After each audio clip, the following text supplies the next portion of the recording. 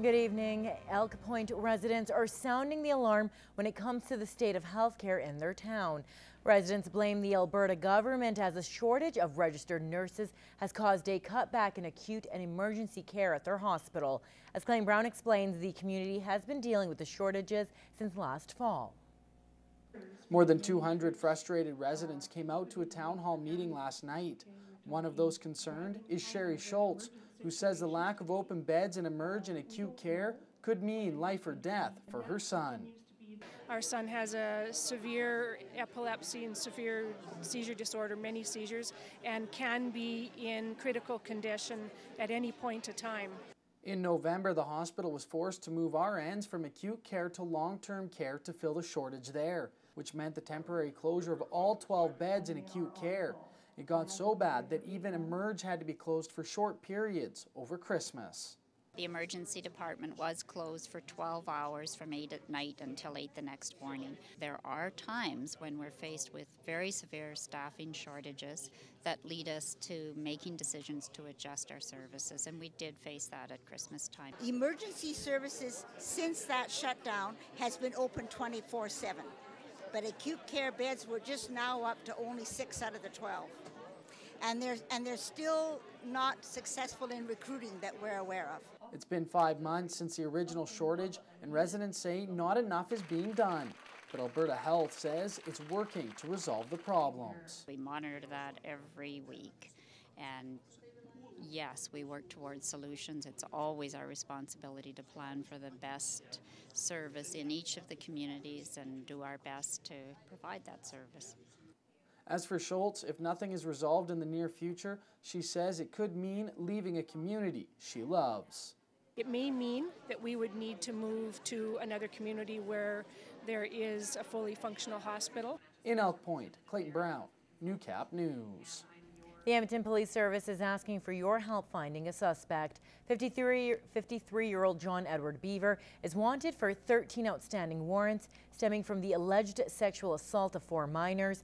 Now, the EPS says it's unable to provide any more information other than he has a Northern Alberta connection. Now, if you have any information on Beaver's whereabouts, you're asked to call Edmonton Police at 780-423-4567 or Crime Stoppers.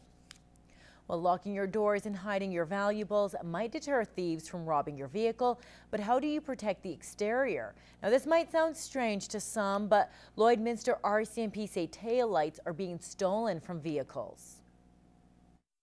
These thefts are becoming more and more common here.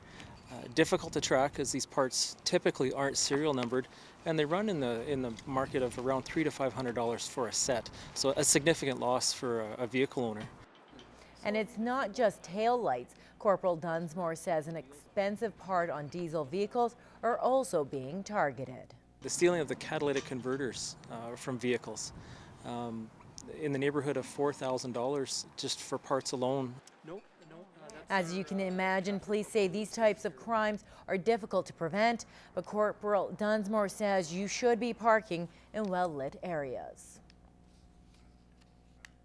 Cut Knife RCMP are warning of a phone scam that's again popping up in our area. Now, the scam is called Hydro Power Saver. Police say the scammer will call your house claiming to be from a local hydro company. He or she will offer you a device to lower your electricity costs. Now, the caller then asks for your credit card information. The RCMP says you're often charged between $130 and $189. Police say if the offer sounds too good to be true, then it's likely a scam. Well, snow removal has been an issue for the border city over the past few weeks.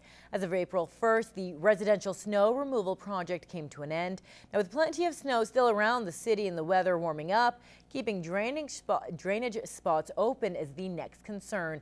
Catch basins on main roadways and in residential areas will be cleaned out by the city, but residents can do it themselves if they're concerned. People are certainly welcome to do that. They don't have to, city crews get around to do that, but whether or not it's in a timely fashion, I mean, they can only do so many at a certain time. Now, keeping these drains open is a priority for the city. 170,000 yards of snow were removed from residential areas this season. Now, the money remaining in the budget is not a concern.